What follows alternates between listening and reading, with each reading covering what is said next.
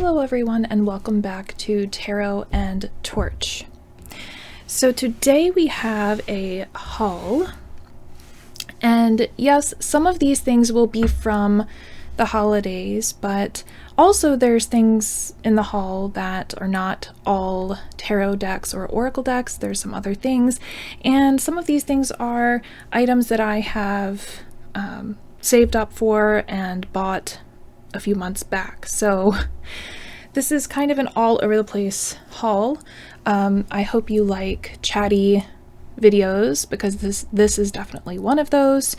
And there's a lot to see, and I personally enjoy watching hauls. This haul is not this is not a video to show off the things that I have, more just to talk about them and with people that understand. And also because I don't usually have big hauls to show. I'm not a unboxing channel or a person that gets a lot of things for myself, as I have young children. So anyway, without further ado, let's start with the decks, because that's what most people are here to see anyhow. So I'm very excited for this one. This is the Call of the Morrigan Oracle. This is something I have wanted for a while now, and my husband purchased this for me for Christmas, so it was really a welcome sight to see. I already took the oracle cards out, have already used them and cleared them and worked with them. So the Call of the Morrigan is very potent. It's a strong deck because it works with the Morrigan's energy, and it's not just, you know, artistic depictions of her. It is of her different names, her different energies, her epithets, just her essence. And I love the way that this artist has created these images. They're very colorful, but there's also a lot of black here, as she is goddess of, oftentimes of war, and there's a lot of, you know, that aspect of death as well with her, but magic and so many other things. I mean, the Morrigan is you can't encapsulate her in one name, really. But I love this deck. It is extremely beautiful. It's very powerful. I haven't worked with it a lot yet, so I am going to journal that process. I have a journal specifically for this deck, and I've been feeling her call to me for a while. She's presented in many different ways to me and indicated that it is time to work with her again. So I am just in love with this oracle. It's beautiful and so powerful, and really just giving me some life for this new year to work with Morrigan. And it's just stunning. I mean, the images are so powerful and complex. They're not, you know, they're not flat, they're not of this world. They're very otherworldly, and I love that about this art. It's so beautiful. So I have some ideas of what I will pair this with. I want to see how it works with the Witch Sister Tarot, as well as the Murder of Crows and some other decks that I have also to show you today. But oh, it's just so gorgeous.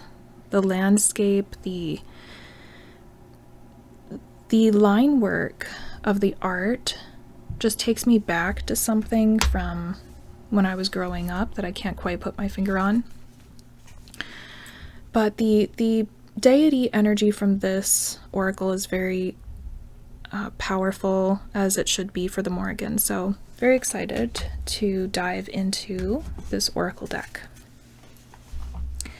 Next, we have the Shadow Journey Tarot.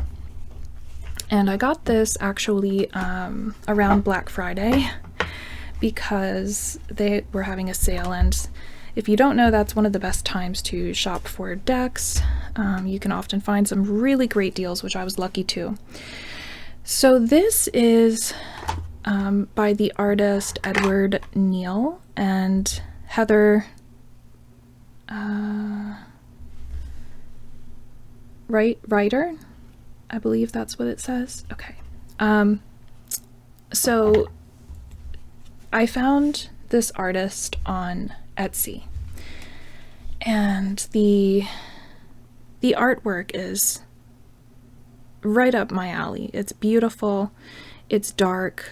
There is the color in this is very striking because there's a lot of shadowy silhouettes and skeletons and things like that, but there's also these pops of red and blue and yellow, very fiery at times, and very deep shadow artwork as well.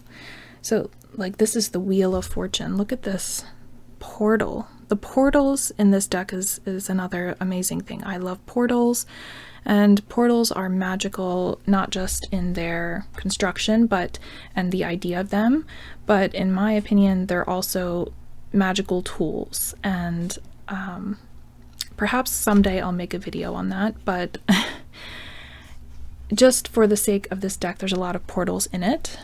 But I love the contrasting colors of the deck, and this deck is one that has a lot of depth to it, so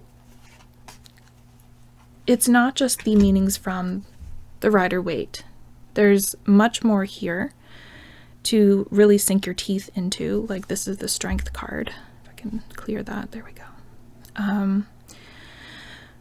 And so we see the skeleton kind of pushing up, almost as in some ways he may be buried and he's pushing up through that, or he's just trying to access a different part of life with the tree there. So there's so many different layers or ways to see this. It could be like Atlas holding the world, and I love it. I love the different interpretations you can have as a result. You know, with the skeletons too, it does add like a nice shadow work element looking at it through that lens. But just you know, with this Ace of Bones and the key through the skull and all of these tendrils coming out, just layer upon layer of nuance, and really that's what I love. I love that kind of interpretation. Look at the star.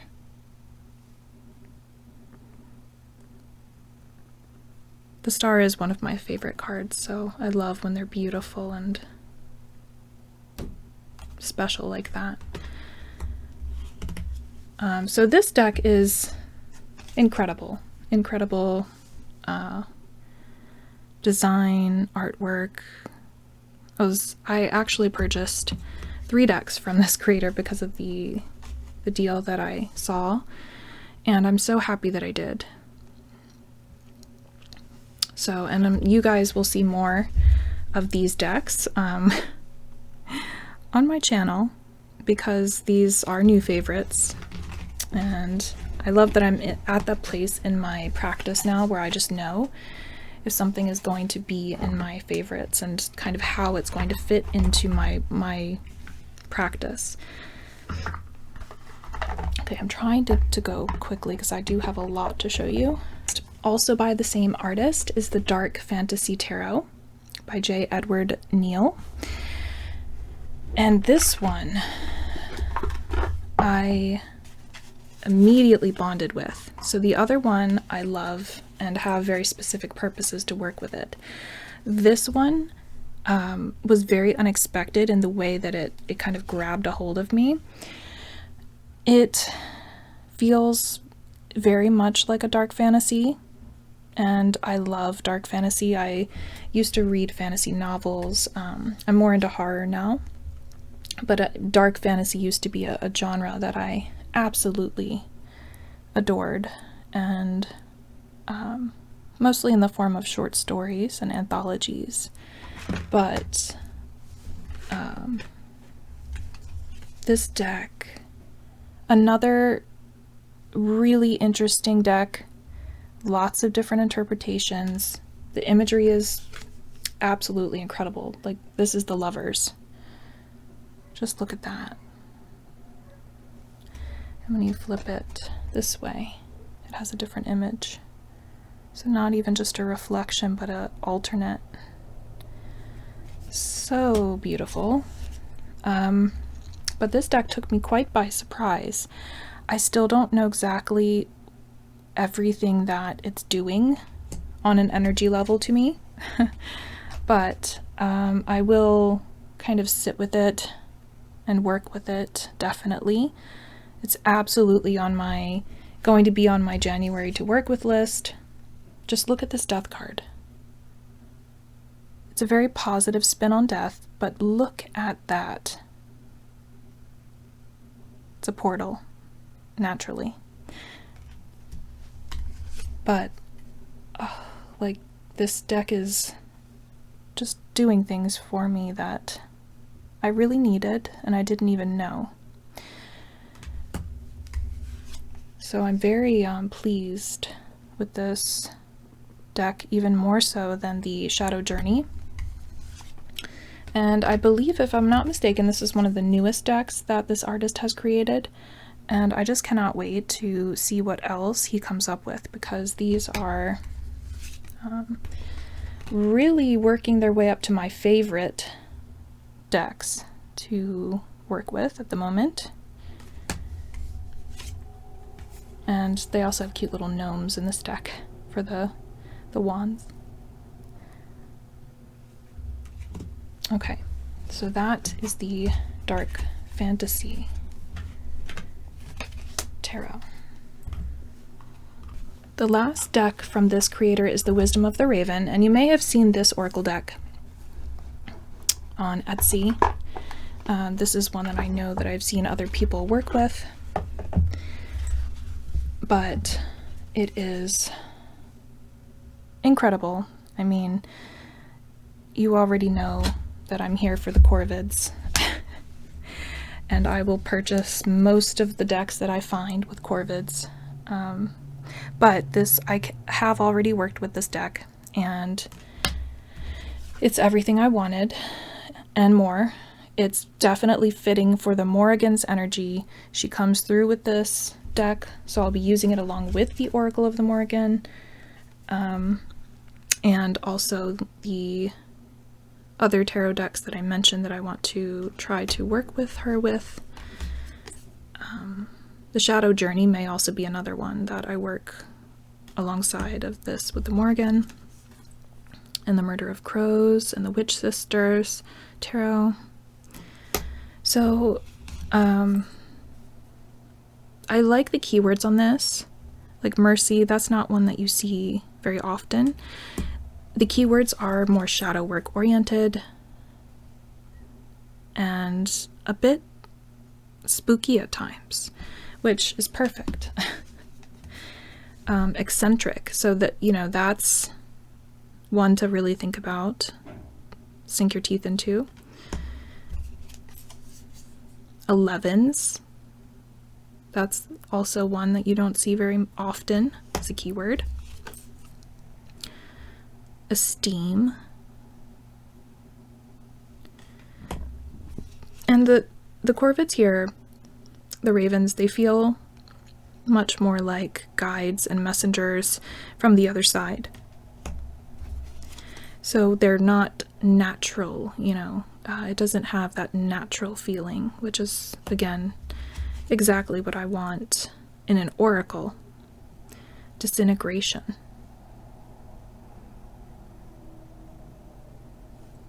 These really give you something to work with and to think about. Divine.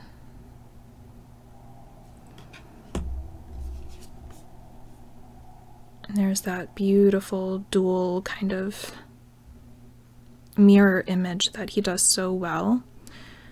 Duality. Omen. Gorgeous, gorgeous. And the colors are so interestingly crafted in the background. They're not smooth, they're very like liquid fire. Oubliette.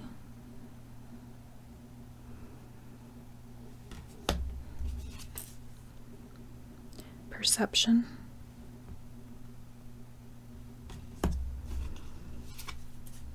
Death.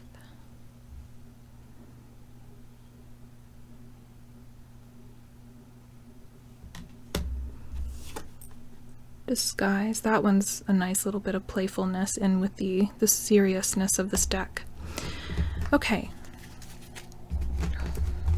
So that is the Wisdom of the Raven.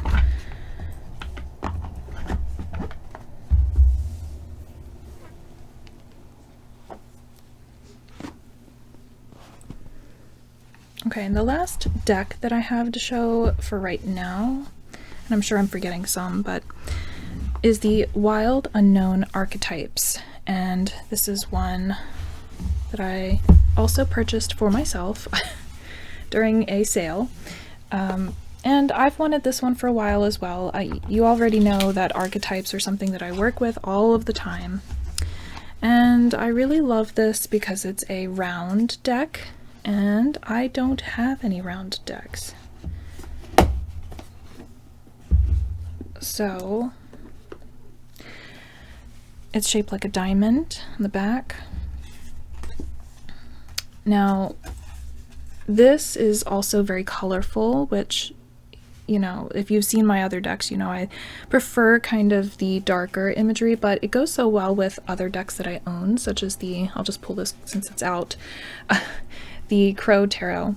So I could see myself using this with one of my main decks, which is the Crow Tarot, and also with decks like these more shadowy decks like the Dark Fantasy, the Morrigan Oracle.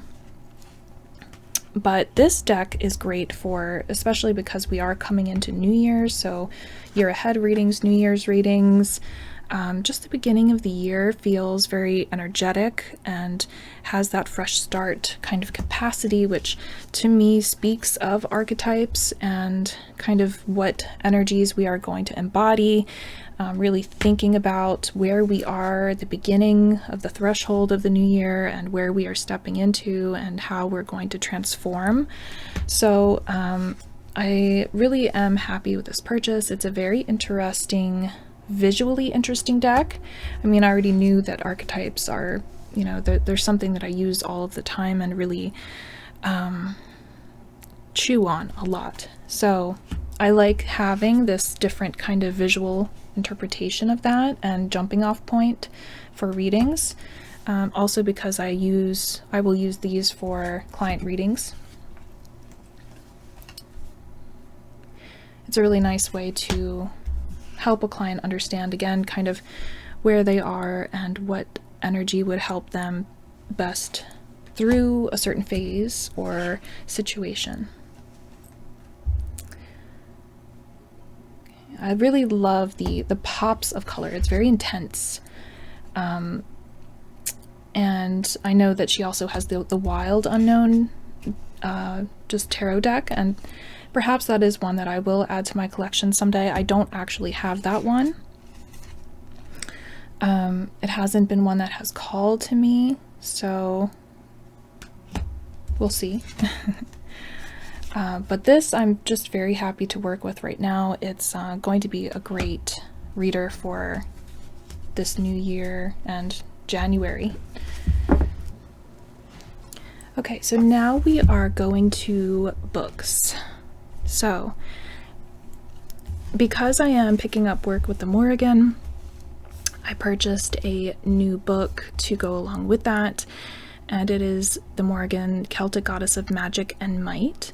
I haven't even begun to crack this open yet. This is brand new, so I'm very excited to read this and see kind of the perspectives that she will bring into my practice. And this is by Courtney Weber, if I didn't mention that. But this is going to be a practice that is going to be all year. I want to really have some devotional work with the Morrigan and really embody that this year. As I said, 2026 is going to be, it's going to be a wild year for us all. It's going to be the year of the fire horse, and I feel that the Morrigan is definitely just coming through and saying, you know, I'm going to show you the way. Basically, this year is going to be crazy, so I need to get on that horse. This is a book that I received for Christmas, and I'm very excited about it. It's The Kybalion, and it's Hermetic philosophy, and I've never read this before. I haven't even opened it yet, but I'm very excited to get into it. As I mentioned in the other video that I did, I'm really getting into more occult practice and reading, and I have been. Most of 2025 has been that for me. And as a professional tarot reader and Reiki master, I've been on this path for a very long time, but there's still so much that I don't know or that I need to take deeper. So I'm very excited to just continue that study. It's really the most exciting thing about a path like tarot and mysticism in general. Just there's never a dry well. There's always going to be something to learn, to study, or to deepen. And I am so grateful for the path that I lead, that I can have time to dive into this and continue this work and to bring the meaning of these things into the work that I do to help other people or to teach or to, embody in my own life. So very excited. I don't know exactly what to expect from this, but it was one that was recommended to me, so very excited for this. Okay, so now on to fun books. I read a lot of horror books, and I always have. I used to write as well, and I wrote horror stories, and if maybe someday, if I ever have the time or the motivation, I will continue that practice. But for now, I'm just enjoying reading again. Reading is another thing that I forgot to mention on my goals for 2026, but that is something I want to do more of. I love reading, and I used to read book upon book upon book, and I'm getting back into that slowly now that I'm finding more flexibility with my time. So this is called The September House, and it's a haunted house book. I mean, I love haunted houses, and I love going to them. I love the idea of them and what they represent in the psyche. And I just, Gothic literature, horror, there's something that I continue to enjoy, and I probably always will. And this book isn't, supposed to be incredibly deep or complex that I know of. It's just supposed to be a good read, and that's really what I'm wanting from life. When I have time to kind of shut my brain down a little bit and just enjoy and get into something that's not my work. And these books were given to me for Christmas, so I'm lucky to have people to buy me some little gifts. And this is Dowry of Blood. If you don't know, vampires are my thing. I grew up reading the Anne Rice Chronicles and Dracula, and they're some of my absolute favorites. I loved Bram Stoker's Dracula, and really just most of the Gothic films that I watched were somewhat revolving around vampires. So this book is very interesting. It is about the wife of Dracula, and kind of what she is going through as the wife of Dracula. So, very excited to see what this reveals. I read a little bit of the beginning just because I couldn't wait anymore. However, I'm going to wait for February because this is a February book for me. It's somewhat romantic, and I feel that it will be a good one for that month.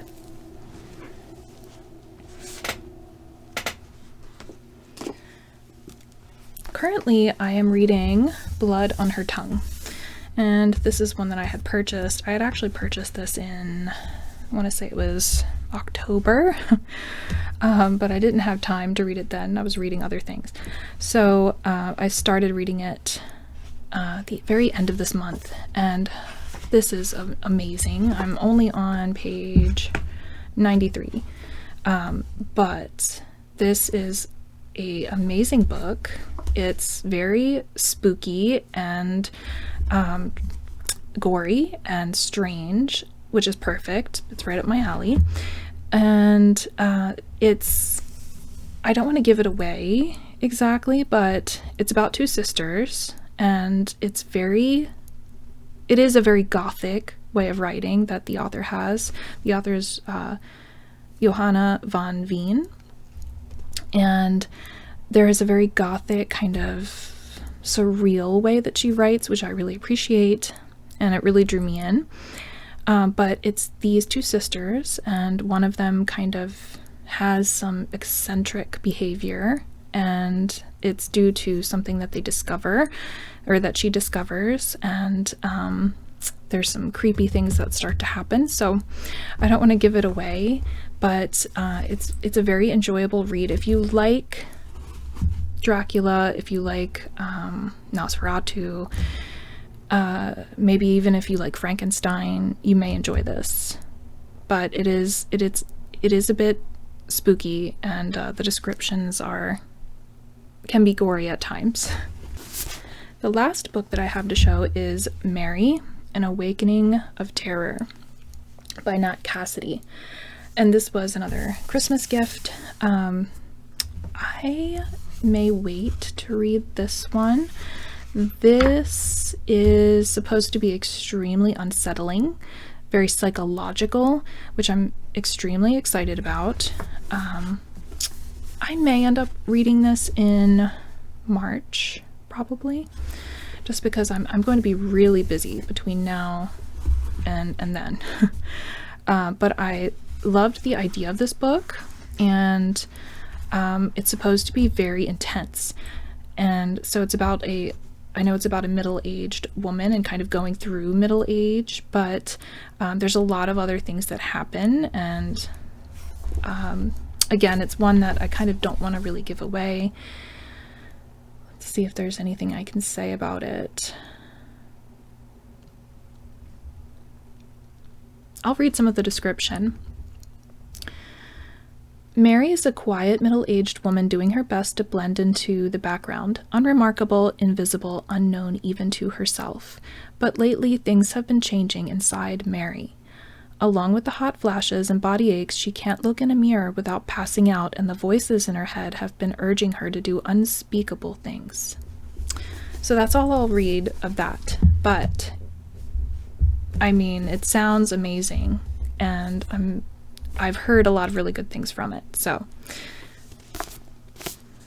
I will update you kind of with perhaps like TBRs if you're interested in that, and kind of my thoughts on the books that I read, because I haven't been doing that as I've been reading, but let me know if that's something that you would like to see, and I can certainly do that. There's just two more things in this haul that I really wanted to show. Firstly, music. As I said in my other video with my goals, music has been such a big part of my life in 2025. I've rediscovered music as I've rediscovered myself.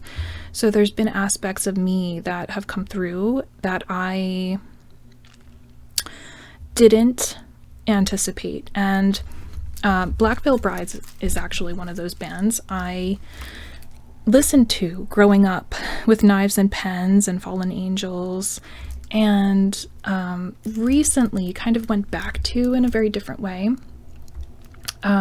Because while I enjoyed them back then, there was only a few songs that I kind of, listened to on repeat, on rotation, and I kind of fell off after a while. And yeah, now they're making new music, which is pretty incredible. And I know a lot of people give them a lot of crap, but this band is insanely talented if you really stop and look at them, especially their new music.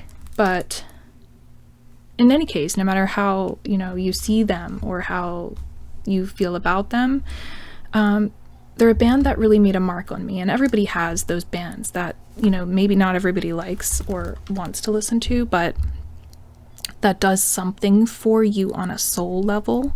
It's like an activation, really. And I've had that in my life with different bands at different times, and right now it's this one. So I got this, my lovely husband bought this for me.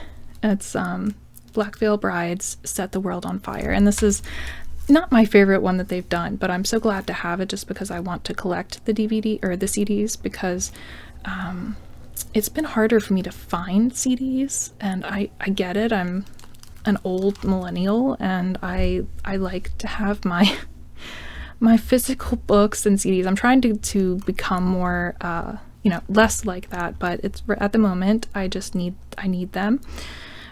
So, and also because I listen to this in the car, and it's just easier than to have to try to press a bunch of buttons. So anyhow, I was very excited to get this. I have been down this, this rediscovery of my younger self and kind of how it's transformed and made me who I am now, and kind of going through where I am now with this music and just feeling through different parts of that. And it's really kind of hard to put into words, but it's about evolution, and it's just kind of what is helping me at the moment to get through a lot of things. And it also is something I didn't mention, is that their music also really helped to give me motivation during a time I didn't have any, and to make really big decisions and changes in my life, which was impossible to do for me at the time otherwise. Okay, enough of that. So another thing I got during a Black Friday sale that I never would have been able to afford probably otherwise, was these beautiful jewelry pieces from Heart of Steel. And they are another Etsy shop, and they have gorgeous pieces. You'll see me probably wearing these if I show my face in videos anytime soon. These are Sacred Heart with swords, or daggers rather, through them. And they're very weighty, very good quality, and beautiful earrings. I love them so much. I've worn them already many times since I bought them. And I also bought 2 necklaces. This one is knives and stars. It's like a dangly situation with chainmail and spikes. So I love it. And again, it's just part of my identity. There's a lot of symbolism in the jewelry that I wear. And it's not just a superficial thing. As someone ruled by Venus, I actually have a lot of deep reasoning and symbolism behind the things that I wear and what I present myself as.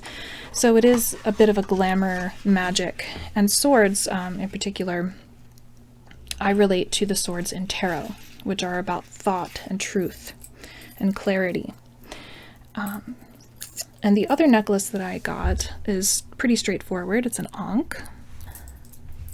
This is the symbol of Isis, and also a very feminine symbol, as it is the feminine and masculine, divine feminine, divine masculine coming together to form the Ankh. And so that is why it is the symbol of life. And the Egyptian mysticism is something that I really resonate with just in general. So, and in the practice with Isis that I do, I like to have these representations on me. So these are just some things that I just wanted to show to all of you and just kind of explain along the way as well. Again, not to show off the items, but more just to talk about my life through these items, if that makes sense. And because it doesn't happen often, I'm not someone who gets a lot of new things all of the time. You know, at one point in my life that was more common, but now I appreciate each thing more. I really use everything to the full extent that I can, and it adds a lot of value and meaning to my life as well. So I just hope that you enjoyed watching and listening, and if you did, please give a comment and a like, as it helps so much, or you can give a dislike because that also helps so much. And I will see all of you very, very soon.